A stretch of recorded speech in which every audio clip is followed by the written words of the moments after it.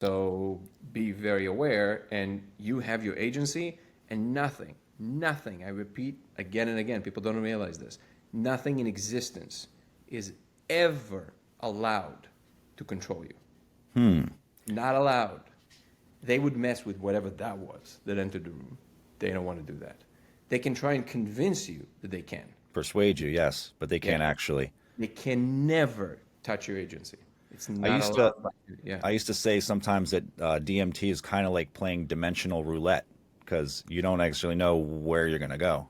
At Hmm. least that was my experience, and Yeah. Yeah. limited experience with it for sure. But But if somebody has ever bad trip, this is good advice. If you can find it in yourself to just kind of go, just go within.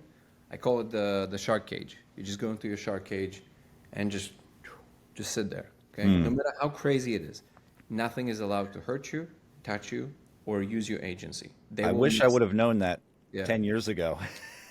Yeah. Yeah. Yeah. So, but real quick, just because I know some people aren't going to be familiar with your work or what you've been, discovering, but you over the last 10 years or so, you went on this quest, and you eventually, just to preface it, discovered that if you shine a 650 nanometer diffracted laser onto a surface and you smoke DMT, you can look into the reflection and see matrix like code running or code in the surface. Correct. And so that led you to, well, that sort of confirmed, I guess, your suspicions that we are in a simulation. No, so that's a it's a understandable mistake, but no, I never had this suspicion. In fact, I was never interested in it. This is the Oh, okay. one thing that a lot of my detractors do not understand. Not only I did not comment it from thinking that I think the simulation theory is cool, and I was trying to conform things to it. I was aware of talks about it. I was aware of Bostrom's paper, the famous white paper that kind of like logically at least hermetically seals the case that there's no way we're not in a simulation, or the chances of that are like slim to none, basically. And the argument I'm going to goes have to read that because I'm not familiar with it. that is where, okay, so all modern simulation theories are based on that. And what Elon Musk is talking about, that's Bostrom's case, which is Okay. that Nick Bostrom was a Swedish philosopher. He wrote Superintelligence. There you go. Great book that kind of postulates about a lot of the emergence of future AGI and all that stuff. I don't think is correct with his assessments, but very interesting book.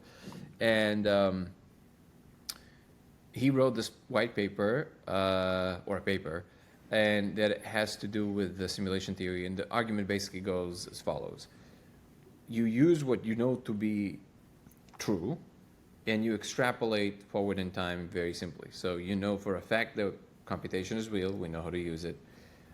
We know it's universal. Turing discovered that. In other words, the application of computation, if people don't realize it, is actually more universal than the laws of physics. It's going to keep happening. More universal than the laws of physics.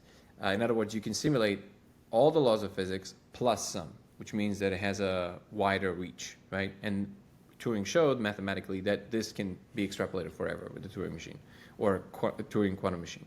So then, if you know that, and you know the fact that we can simulate, computation allows you to simulate things more and more accurately, and more in a way that resembles the real world more and more, there is no escaping the fact that, and we know technology constantly grows, that eventually you will create an environment that is indistinguishable from this one. And then all you got to do is one step forward, which is that, well, now can you also simulate other senses? And since we know senses are just electrical signals that go to the brain, there's zero reason to assume that you wouldn't be able to. And the second you allow for that, and sometimes people use Moore's law as if it's relevant. It's not. They say with computation it always doubles every year. That's irrelevant. It doesn't matter if it's going to take 2 million years or 3 million. It makes no, or 100 years. It makes no difference whatsoever to the universe, right? Eventually, it's inevitable that you'll be able to simulate this world exactly how it is. And if I put that helmet on you, you won't know the difference. Then you just use the principle of mediocrity from philosophy to say, what are the chances that we're the first ones to do anything in an infinite universe? Basically zero. So then, because you can simulate infinitely more worlds that there will be base reality, the chances that you are in base reality are basically asymptotic. I can't say that word. Asymptotes to zero. Hmm. There's no way that you're in a base reality, basically. Infinitesimally small percent or possibility. There's almost no chance, right? So then that's the argument. So I was aware of all of that, but as the famous physicist Lisa Rendell once said in a talk, which I fully agree with till this day, actually, uh, they were talking about the simulation theory. They were talking about I'm sure you heard Professor James Gates, Sylvester. He's the one that found the adinkras, the error correcting codes, in the core of string theory, right? And they were Okay. talking about Yes. this on stage with Neil deGrasse Tyson, and they were talking about this, that he discovered these error correcting codes. And then Lisa Randall, who's a really known theoretical physicist, she sat there and she said, "I don't understand. Who cares?" And I was totally on board. I agree. Who cares? Because if what it means is that you're saying that somehow, if you postulate that we're simulated in some kind of a supercomputer in some other, space that we don't even understand and not have the first clue about what it might be, we're not doing physics anymore. Now you're saying from that point on, who knows? It's like arbitrary. Maybe it's a kid in a basement that just decided to do it on a whim. The laws of physics are just like an arbitrary choice that he made. Who cares? Like, you're not doing physics anymore, right? So just to be clear, this is the attitude that I had towards the simulation theory. Couldn't care less. It makes things messy. It doesn't. It goes away from the neat property that physics is always looking for, to like make things simpler and just like streamlined. And I'm a huge fan of physics, so that was very unappealing kind of way of thinking to me. I was thinking, when I was trying to figure all this out, more along the lines of parallel worlds.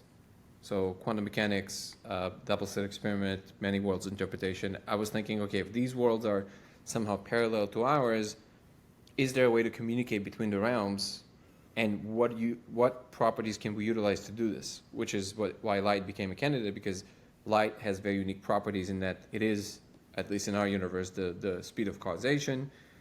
It is very unique in that we don't really know what happens when a photon is being emitted. Physicists would say things like, well, when electrons fall in orbital, it would emit a photon. But if you ask them, what does that mean?